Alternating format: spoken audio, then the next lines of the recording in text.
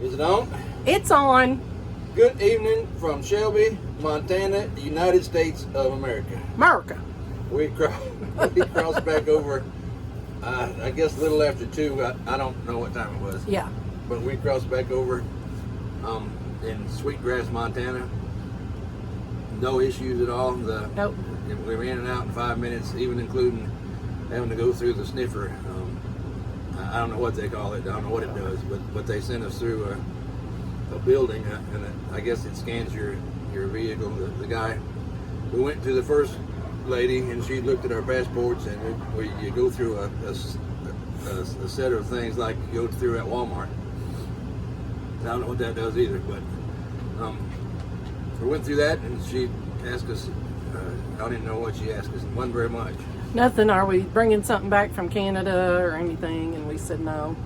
And then she handed our passports back and said, "Have a good day." And we left that little area, and another guy waved us down, was pointing us, this way. So we went over there, and he stopped us and said, "You got any guns?" And I said, "No." He said, "We'll go through this building about 7 miles an hour and stop at the next stop sign that says wait for instructions." So I did, and stopped, and I was watching him in the mirror, and he gave me a thumbs up and hollered, "You're good, sir." I said, "Thank you," and off we went. Yep. I don't know if the passport flagged that we have concealed carry permits, and they were checking for guns, and I don't know if that sniffer can smell gunpowder residue or what. I don't know what. But I think it was radiation. It's like a big old X-ray machine, and they X-ray the whole thing, because when we went through it, it said radiation. So I think it was like a big X-ray thing. I've heard of that where they, but like in Mexico or whatever, like you go through the thing and they X-ray it, and all the transfer trucks had to go through it. So I think any big vehicle probably too. Right. Just a side note for those of you that have been watching us for a while, on when we made the trip into Alaska proper, I had my Alaska shirt on. And when we crossed back into the States, I thought it was a big deal. And I had my Alaska shirt on, but evidently only one of us is buying into the whole, the whole Odyssey concept.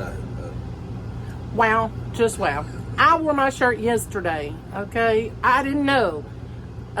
If somebody had said, "Wear your shirt today, Sonia," I would have made sure to wear my shirt today and on the first day of the... Anyway, for the Alaskan Odyssey, if somebody told me, I would have wore the shirt that we had today and on the first day of Alaska. But I digress. Anywho, what you got, Pawpaw? Well, one would hope that it would be important enough to both of us to wear the, to wear the commemorative T-shirt, but that's all right. We got one more chance on our last day before we get home. It'll be we're gonna wear them the last day before we drive into the house. So make note of that. Oh, I'm finna have mine on. I'm finna wear it the rest of the trip. That's what's gonna happen. No, anyway, I'm just kidding. Anyway, we're in Shelby, Montana. Mm-hmm. We just ate, and I got to go at the Roadrunner. Cafe. Coyote Lanes and Roadrunner Cafe. It's a restaurant inside a bowling alley, but oddly enough, it was very good. It was very good. Yes, it was delicious. If you're ever in Shelby, or if we're ever in Shelby, we're gonna eat there again, and we're gonna probably stay at this campground. This guy was very nice. And the sites are level, which is a big change to what it was yesterday. And full hookups, and I would highly recommend this place. It's Lewis and Clark RV Park in Shelby, Montana. Let me just go back to the border.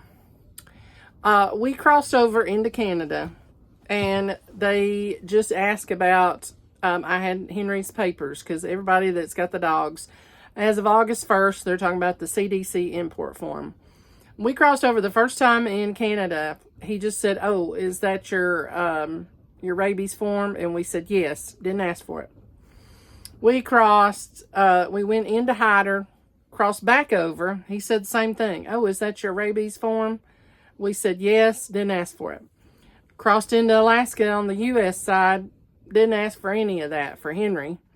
We crossed back into Canada. They didn't ask anything about the dog. We crossed back into the United States, and they said nothing about the dog, except let the dog stand right here in between us when we went through the X-ray machine. So I don't know if it's hit or miss, but of course we already had Henry's microchip.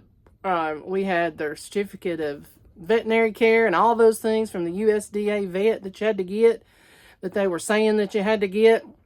We had the import form. We had it in print form, photo form, email form.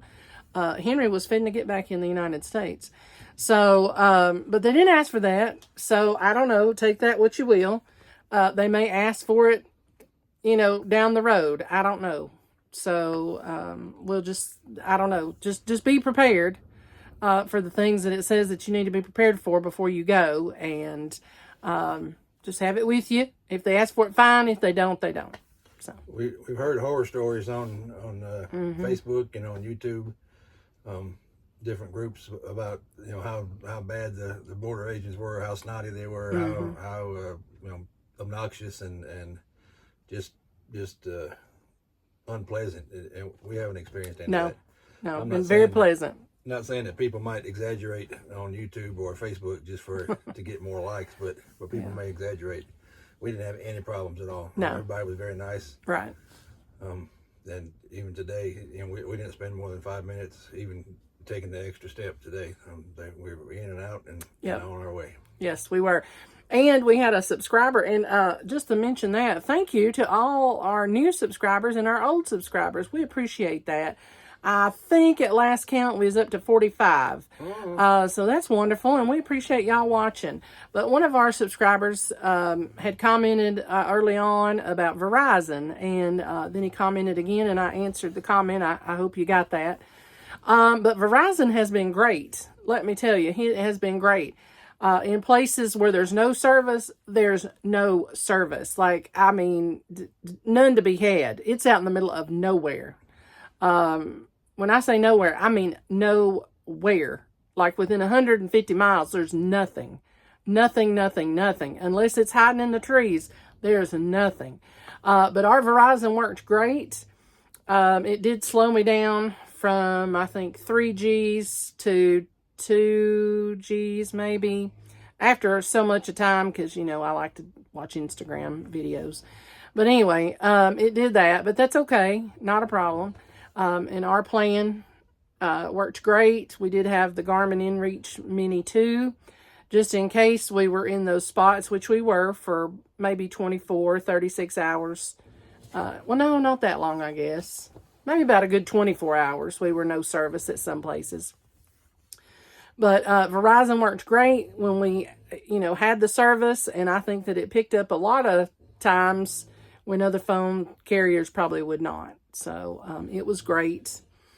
And anything else you got to add about it? Yeah, we have another Garmin that we use as just to help navigate with, and they both did excellently. Yes. Yes. This Garmin is old. It's probably 4 or 5 years old. And it's never been up. I've never updated anything on it, and it worked very well. We used it mainly just to tell us, how many miles we've got to go, because sometimes the drive days get long. Not complaining. That's what we're out here for, is driving.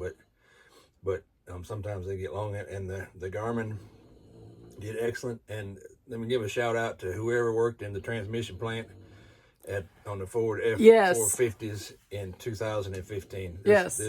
This old girl here, we've named her after Sonia's mom, Margie. Yes. She outperformed any expectations I had. We'd going down a hill, we'd put it in tow mode or tow all mode, and it would break us on down, so we wouldn't have to use the brakes so much. And I wore that thing out. Yes. And it's still chugging right along. I'm so pleased with this. Everybody. Since I've been at the post office 34 years. Since I started the post office, I never bought a used vehicle. Because I've always been afraid to. But this was 10 years old when we bought it, and we just jumped in and took off. And it may fall apart tomorrow, but we've got our money's worth out of it. It took care of us when we needed it most, and I'm so pleased with this. Yes. Well, it had low mileage when we bought it. It only had 23,000 miles on it. So, and yes, it's been excellent. We've heard horror stories about people's slides breaking, their tires popping, the leaf springs breaking, all kinds of things. And thank you to God, none of that happened while we was in Alaska. Going to Alaska, going through Canada, that was my biggest fear, that something like that would happen in those places. If something like that happens in Montana, we can get somewhere fairly reasonably in a time frame or in mileage, or call Good Sam and tell them to come get us. But up there, you just never know where the next auto shop is, or if they're going to have a part, or if you've got to wait.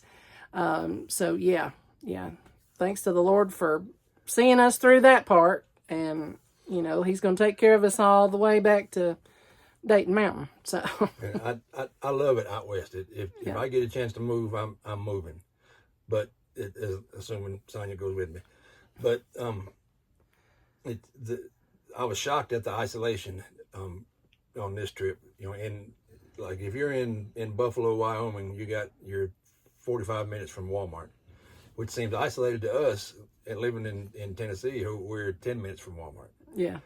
But if you're living in Valdez, Alaska, it's 250 miles of bad road before you get to a Walmart or to an Outback or a McDonald's or anything like that that we just take for granted. Yes. So those are some hardy folks out there. Yes, they sure are.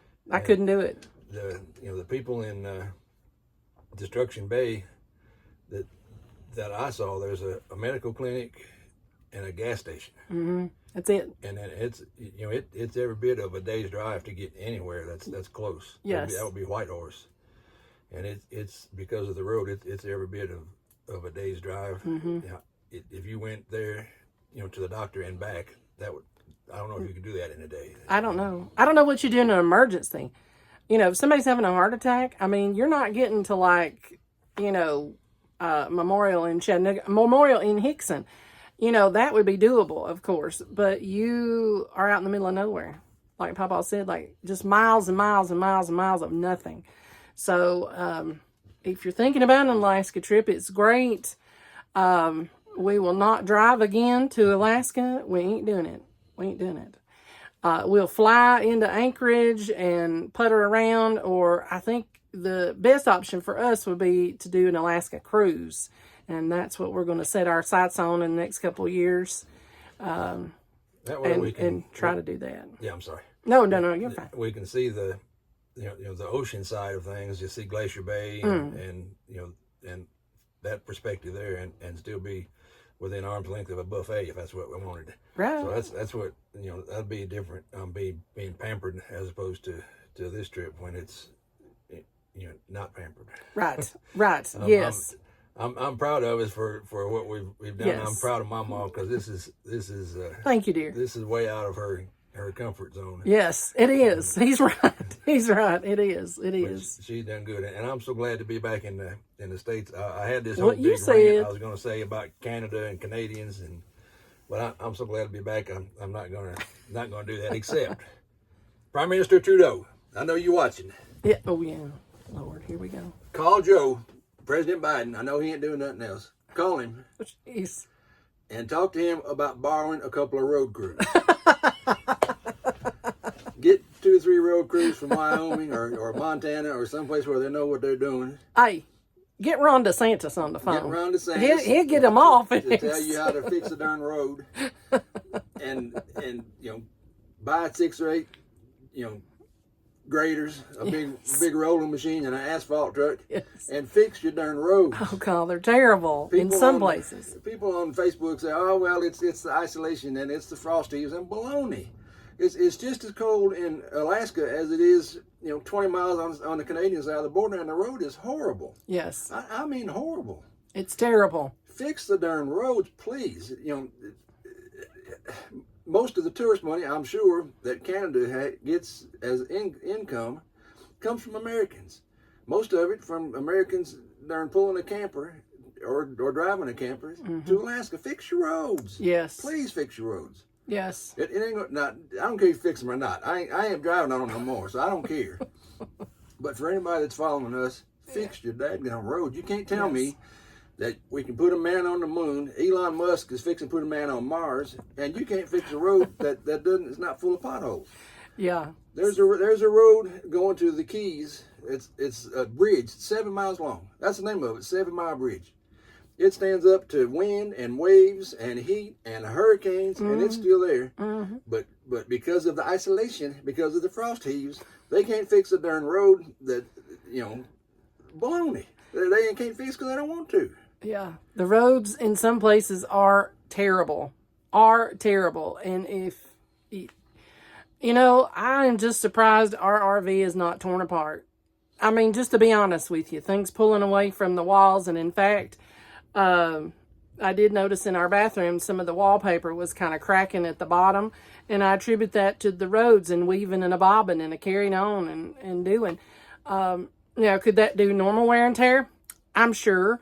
But I think this sped up the process on some of them roads. But they're just terrible. And I don't know. It's everybody's opinion, but they were terrible. Except in Alberta and Calgary. Those were great. There's like 4 lanes, 5 lanes there at one time, wasn't it? It was great, like driving in Atlanta. But yeah, it was bad. I had all kinds of things I was going to say about Canadians, how rude they are and how crappy they are and how they don't give you a straw, they don't give you a darn utensils to eat with, they don't give you bags, and they don't smile, and they don't say thank you, but I ain't going to do that. That's right, don't do it. I'm done with the ranting. I'm glad to be back in the States, and yes. I thank God for that, and for watching over us, and I know that He will continue to do that on the rest of our trip. Yes, that's right. We got anything else? St. Mary tomorrow, and yes. We're going to be there for 3 nights, and whichever day is the best weather day, we're going to go into Glacier and drive going to the Sun Road. Yay, it's going to be fun. Be lots of pictures. And other than that, we're going to give Margie a 3-day break. I ain't going to start her for 3 days. That's right. There you go. And shout out to Emma and Faithlin and Tyler and Shauna. We just talked to Emma and Faithlin on the phone on Messenger, and they had a big day today. And I think they were tired. They might take them a little nap, watch them a little show, and take a little nap. So, but anything else, Papa? Papa's finna go take him a nap. Yep. He's fixing to go take a nap. If nothing else, we'll see you down the road.